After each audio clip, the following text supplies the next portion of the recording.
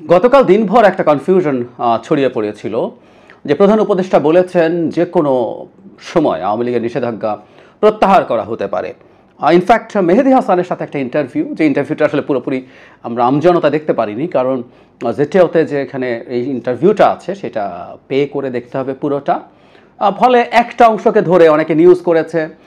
পরবর্তীতে আমরা আবার বিভিন্ন ফ্যাক্ট চেকিং জায়গা থেকে দেখলাম যে না, ডক্টর ইউনূস তেমন কিছু বলেননি। তিনি আসলে কি বলেছেন, এবং আমি মনে করি তার এই বলার মধ্যে খানিকটা ভুল ছিল বলে এই কনফিউশনটা তৈরি হয়েছে, সেটা নিয়ে কথা বলতে চাই।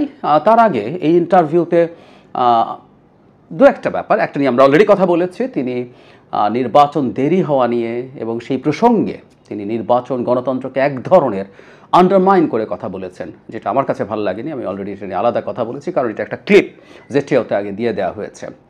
তবে অসাধারণভাবে তিনি ভারতের ব্যাপারে কথা বলেছেন। আমি প্রায়ই বলি, ডক্টর ইউনূসের এই একটা জিনিস বাংলাদেশের ইতিহাসে খুব শক্তভাবে কঠোরভাবে লেখা থাকবে।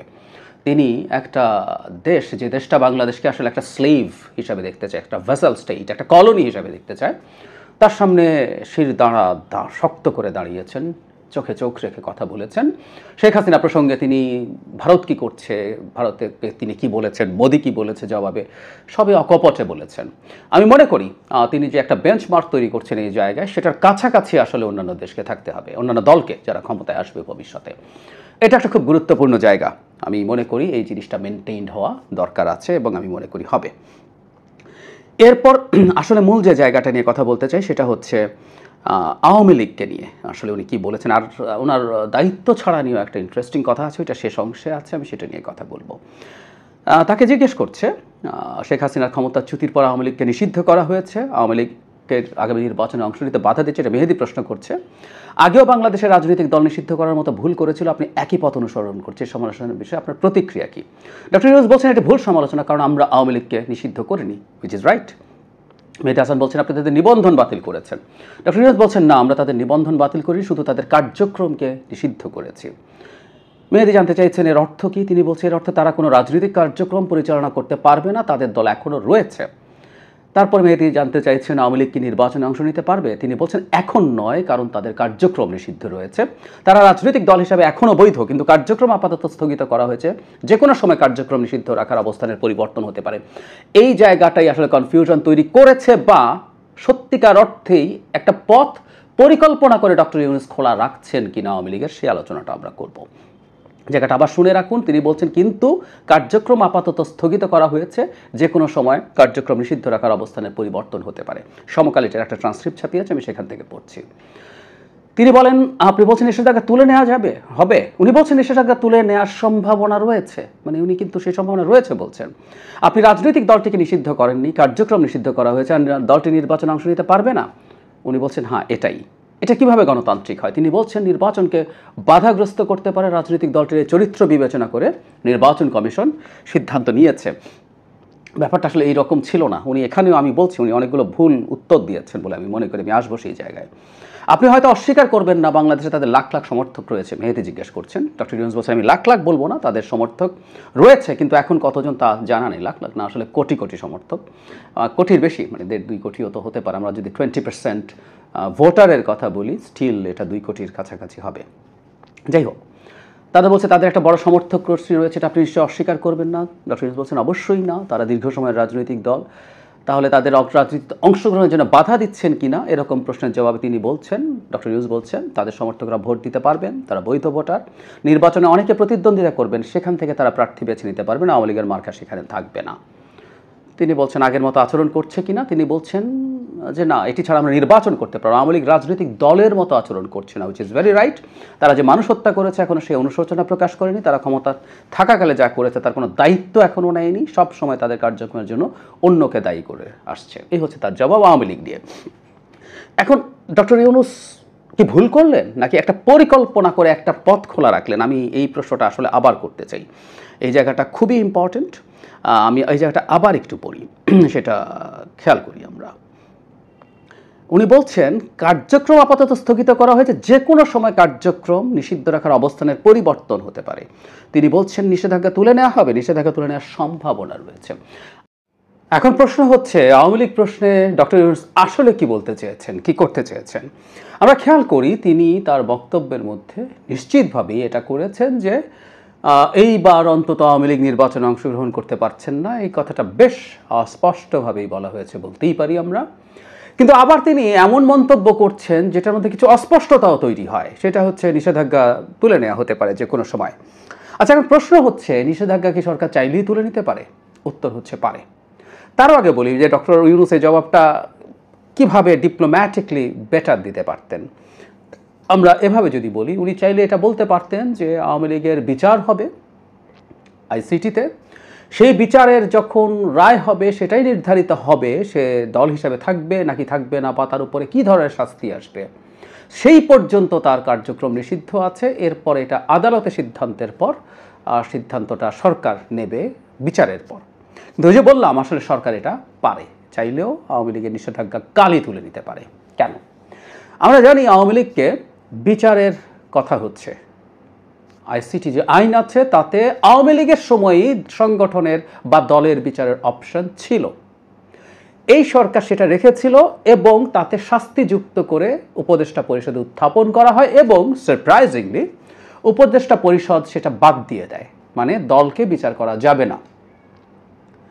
তারপরে সেইটা যখন ঘটলো, এরপর আমরা খুব ভালো মতো জানি, আমাদের মনে আছে নিশ্চয়ই, জনাব হাসনাত আবদুল্লাহর নেতৃত্বে একটা আন্দোলন স্টেজড হয়।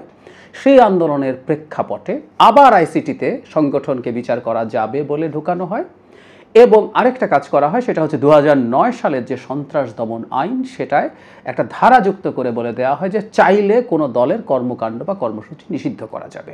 তার মানে আওয়ামী লীগের কর্মকাণ্ড কর্মসূচি নিষিদ্ধ আছে এক্সিকিউটিভ অর্ডারে, কোনো বিচার বিভাগীয় সিদ্ধান্ত না। বিচার বিভাগীয় সিদ্ধান্ত হলে সরকার এটা বলতে পারতো না, কারণ সেটা তখন পুরোপুরি আদালতের এখতিয়ার হয়ে যায়। ইনফ্যাক্ট আমরা এর মধ্যে জেনে রাখবো, আইসিটিতে এখনো আওয়ামী লীগের ব্যাপারে ফর্মাল কোনো চার্জ জানা হয় নাই, ইনভেস্টিগেশন এবং বিচার তো দূরেরই কথা। তার মানে আওয়ামী লীগের বিচার, মানে অভিযোগ তৈরি করা, তা মামলা করা, ইনভেস্টিগেট করা, হিয়ারিং হওয়া, এগুলো হতে হতে এই নির্বাচনটা থাকছে না। আর সরকার যেহেতু এক্সিকিউটিভ অর্ডারে আওয়ামী লীগের কর্মসূচি নিষিদ্ধ করেছে, সেই কারণে আওয়ামী লীগের পক্ষে তো নির্বাচনে পার্টিসিপেট করা সম্ভব না, দলীয় কর্মকাণ্ড ছাড়া নির্বাচনে পার্টিসিপেট করতে সে পারবে না। এই হচ্ছে মোটামুটি অবস্থা। এখন প্রশ্ন হচ্ছে, টেকনিক্যালি যদি ডক্টর ইউনূসের সরকার ঘোষণা করে হঠাৎ করে যে এই নিষেধাজ্ঞা তুলে নেওয়া হলো, আবারও বলছি এক্সিকিউটিভ অর্ডার, সরকারের সিদ্ধান্ত, সরকার চাইলে তুলে নিতে পারে, তাহলে কিন্তু আওয়ামী লীগ এই নির্বাচনে অংশগ্রহণ করতে পারে। আবারও বলি, ডক্টর ইউনূস কিন্তু এই নির্বাচনে পারবে না বলে বলছেন এবং ব্যাখ্যা করেছেন কেন। তাহলে যে কাজটা করবো আমরা বলবো, আমি ধারণা করি ডক্টর ইউনূস ভুল করেছেন নাকি তিনি পরিকল্পিতভাবে একটা অস্পষ্টতা তৈরি করেছেন, এই প্রশ্নটা রাখতে হবে আমাদের। নিশ্চয়ই একটা উদাহরণ দিতে পারি আপনাদের, সেটা হলো, এটা তাইওয়ান ইস্যুতে খুব ইউজড হয় ইন্টারন্যাশনাল রিলেশনসে। সেটা হলো চায়না তাইওয়ানকে ইনভেড করবে যদি তাইওয়ান চায়নার সাথে স্বেচ্ছায় পুরোপুরি একীভূত না হয়। আপনারা জানেন নিশ্চয়ই, পৃথিবীর প্রায় সব দেশ তাইওয়ানকে চায়নার পার্ট হিসেবেই স্বীকৃতি দেয়। তো তাইওয়ান যদি নিজের স্বাধীনতা ঘোষণা করে অথবা মানে স্বেচ্ছায় পার্টিসিপেট, মানে সে একীভূত না হয় চায়নার সাথে, চায়না তাইওয়ান ইনভেড করবে, শি জিনপিং স্পষ্ট হুমকি দিয়ে রেখেছেন।